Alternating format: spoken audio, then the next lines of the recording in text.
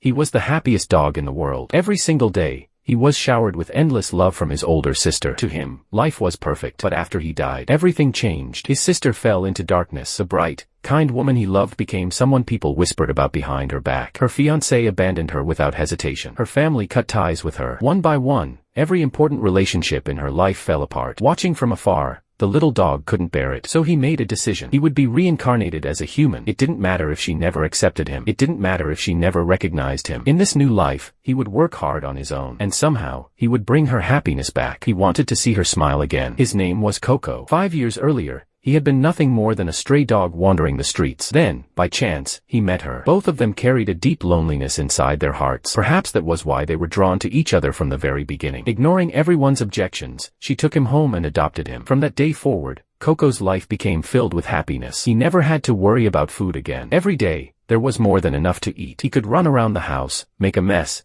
and cause trouble whenever he wanted. No matter how mischievous he was, she always forgave him. The only time she ever scolded him was when he tried to eat something dirty off the ground. Even then, Coco knew it wasn't anger, it was love. For 5 wonderful years, he lived surrounded by her warmth and affection. And for those 5 years, he truly was the happiest dog in the world. For 5 years, Coco lived happily with his sister, but eventually, his life reached its natural end. Even though she could never understand his words, he did everything he could to show her how much he loved her. And then, one day, he passed away. After his death, Coco's soul arrived in Dog Star, the place where dogs go after leaving the world behind. The other dogs spent their days running, playing, and enjoying themselves. But Coco was different. He often sat alone, gazing down at the human world with sadness in his eyes. Again and again, he heard people speaking badly about his sister. Helplessly, he watched as her situation grew worse. The woman who had once been kind and cheerful was gradually becoming known as a villain in the eyes of the world. People mocked her, judged her, spoke about her with contempt, and there was nothing Coco could do about it. If he were still alive, he would have run over and bitten those people just to make his sister laugh. But now he could only watch, powerless. A full year passed like that in Dog Star. One day, a golden retriever noticed that Coco never joined the other dogs during their walks or games. Curious, he approached him. The golden retriever was no ordinary dog. He was the dog god, the guardian responsible for watching over all the dogs in Dog Star. "What troubles you so much?" he asked. Coco lowered his head. More than anything else, he wanted to be with his sister again. Then an idea came to him. Looking up hopefully, he asked the dog god for a favor. He wanted to be reincarnated as a human. More specifically, he wanted to be reborn as his sister's daughter. The dog god immediately shook his head. No. Coco blinked in confusion. Why not? First, the dog god explained,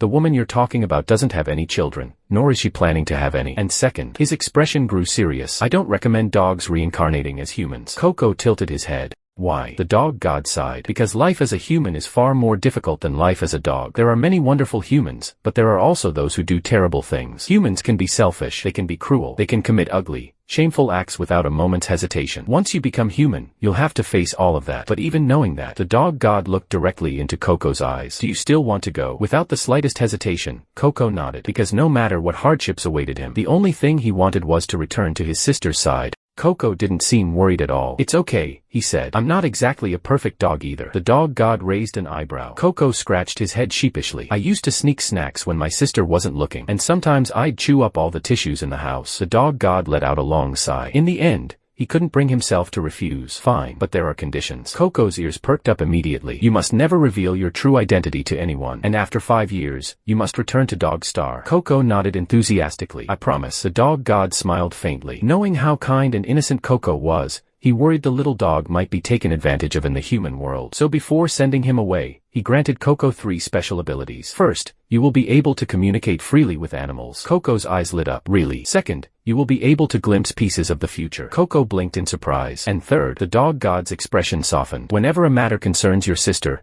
you'll become much smarter than usual. Coco grinned from ear to ear. Those powers sounded amazing. With that, a brilliant rainbow staircase appeared in the sky. Coco took a deep breath and began climbing. Step by step, he left Dog Star behind and returned to the human world. As he descended, his soul transformed. His paws became hands. His fur became skin. His small canine body changed into that of a human child. When he finally opened his eyes again, he found himself inside the Aldous Duke's estate. It was a place he knew well, a place where he and his sister had once lived. Coco immediately began examining his new body. His tail was gone. His hands were far more flexible than paws had ever been. In fact, they seemed perfect for digging, much better than before. As memories belonging to his new body began flooding into his mind, Coco gradually understood his situation. This body's name was also Coco. He had originally lived in a rural village. A few months earlier, He had been adopted by the Duke of Aldous, and now, he was 5 years old. The moment he sorted through the memories, excitement filled his chest. He couldn't wait to see his sister. Without thinking, he jumped to his feet and tried to run. Unfortunately, he still wasn't used to walking on 2 legs. After only a few steps, he stumbled and crashed onto the floor. The noise immediately attracted a maid. She hurried into the room. "Oh, you're awake." Coco looked at her excitedly. "Are we going outside?" The maid's expression instantly became awkward. After hesitating for a moment, she pulled out a document. It was an abandonment notice. Of course, Coco had no idea what that meant. Seeing his confusion, the maid carefully explained the situation. The more she spoke, the wider Coco's eyes became. Eventually, he understood. He was being sent away. The Duke's family was abandoning him. Not long ago, the House of Aldous had received a divine revelation.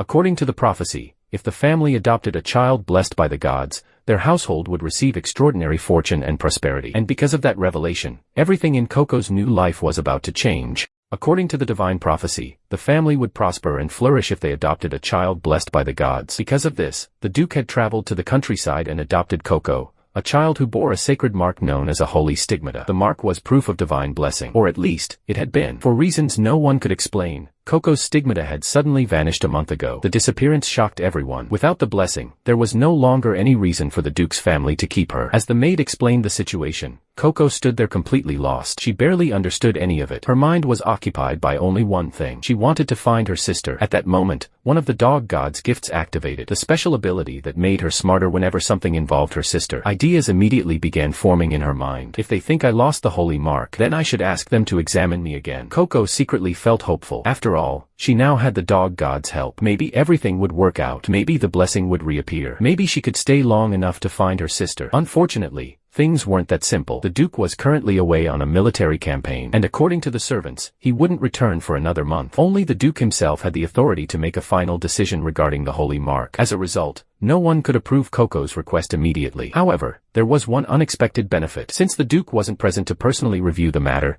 the order to expel Coco from the estate was temporarily suspended. For now, she was allowed to stay, and that gave her exactly what she needed: a little more time to find her sister. Since she couldn't leave immediately, Coco decided she would find her sister first. When she mentioned the name Chloe, however, the maid looked uncomfortable. "I'm afraid that won't be easy." Coco tilted her head in confusion. The maid explained that, given Coco's current status, meeting a direct member of the Duke's family was extremely difficult. "Unless you accomplish something significant," she added. "Something that earns recognition." Unfortunately, Coco misunderstood completely. To her ears, accomplish something significant sounded suspiciously similar to finding a big ball. And if there was one thing Coco knew about, it was balls. Determined to succeed, she quietly slipped away on her own and headed toward the estate's stables. Back when she was a dog, she and her sister had often played fetch on the nearby grass fields. Following what she believed was the scent of a ball, Coco wandered into one of the horse barns. Inside, she found 2 adults deep in discussion. Both looked troubled. They were talking about a horse's illness. The horse, named Thunder, had suddenly stopped eating and drinking. No one could figure out why. The blue-haired woman examining the animal was a veterinarian named Patricia. Just before his death in his previous life, Coco had met her once before. After exhausting every obvious solution, Patricia decided the situation was serious enough to report to Ruth. Ruth was Chloe's older brother, and his affection for Thunder was every bit as deep as Chloe's affection had been for Coco. At that moment, Coco noticed something hidden in a corner of the stable. A ball. Her eyes immediately lit up. Convinced she had finally accomplished a great deed, she jumped excitedly into the air. "I found it." But Thunder looked at her and sighed. "That's not what they mean by accomplishing something important." Coco blinked. "It isn't." Then she tilted her head curiously. "Then what counts as a great accomplishment?"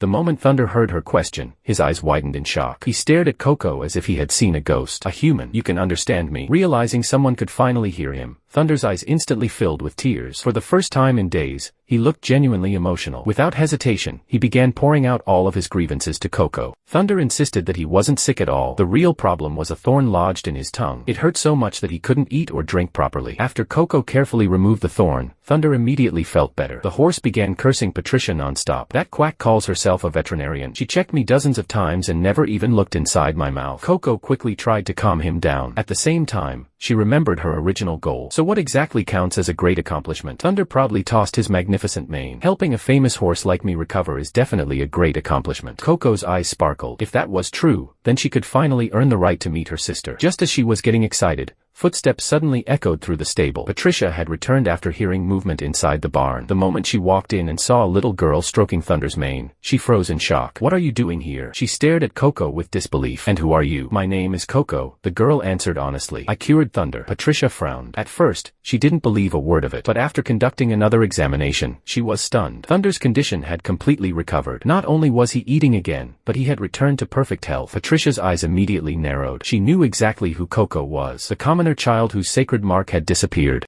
The same child who was about to be expelled from the Duke's estate. A selfish thought suddenly entered her mind. If everyone believed she had cured Thunder, the credit would belong to her, and the rewards wouldn't be small. A smile appeared on her face. "You're mistaken, little girl. It was me who treated Thunder." Before Coco could protest, Patricia shamelessly pushed her toward the door. "Now run along." The stable door slammed shut behind her. Meanwhile, Patricia was already imagining the rewards she would receive. Surely Lord Ruth would be generous. Sometime later, Ruth received news that Thunder had recovered. The moment he heard it, he abandoned his training session and rushed straight to the stables. "Thunder's better." His face lit up with relief. Upon arriving, he immediately turned to Patricia. "What was wrong with him?" Patricia answered confidently. "Nothing serious. He was just suffering from indigestion. I chopped up his feed and adjusted his diet. After that, he improved considerably." Ruth frowned slightly. Something about that explanation didn't sound right. Thunder had been refusing food for days. Could the problem really have been that simple? Before Ruth could ask another question, Thunder had already had enough. The proud stallion rolled his eyes so hard they nearly disappeared into his head. He looked as if he were about to explode from anger.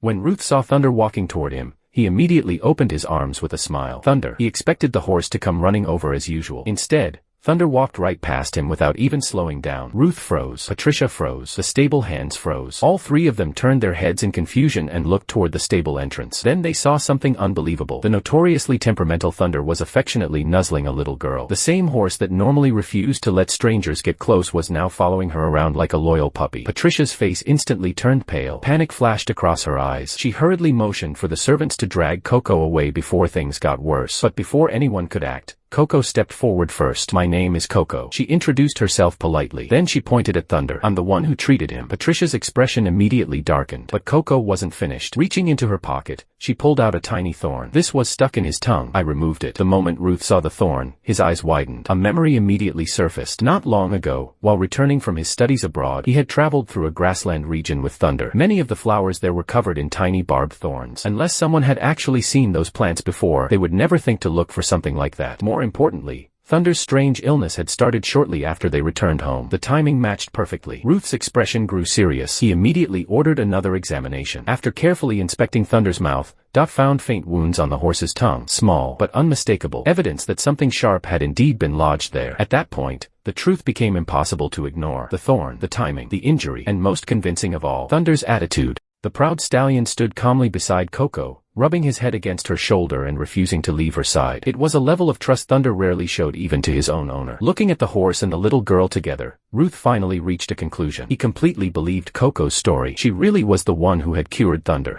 Faced with Ruth's questioning, Patricia immediately dropped to her knees. Tears streamed down her face as she desperately begged for forgiveness. "Please, Lord Ruth, I was wrong. I only wanted your recognition. I just wanted to prove my worth." Watching the scene unfold, Coco felt a little sorry for her. After all, Coco had always been a kind dog, but she quickly reminded herself of something important. If she wanted to see her sister, she needed to stop being such a soft-hearted good dog. Sometimes, she had to be a little tougher. At that moment, Ruth finally turned his attention back to Coco. Looking at Dot, he asked, "Who exactly is this child?" Dot quickly explained, "Her name is Coco. She's the youngest daughter in the family." The moment those words left his mouth, Ruth nearly choked. His face turned bright red. "What?" He stared in disbelief. "For a second there, I thought father somehow had another child at his age." The surrounding servants immediately looked away, trying not to laugh. Dot rubbed his forehead helplessly. "My lord, not that kind of daughter. The adopted child. The one brought back from the countryside a few months ago." Only then did Ruth finally remember. "Oh, that child." Coco shook her head. "No." Ruth blinked. "No, I'm not really part of this family." Her voice was calm. "Since my holy mark disappeared, they're planning to send me away soon." The atmosphere instantly became awkward. Before anyone could respond, Coco looked up at Ruth. Her eyes sparkled with anticipation.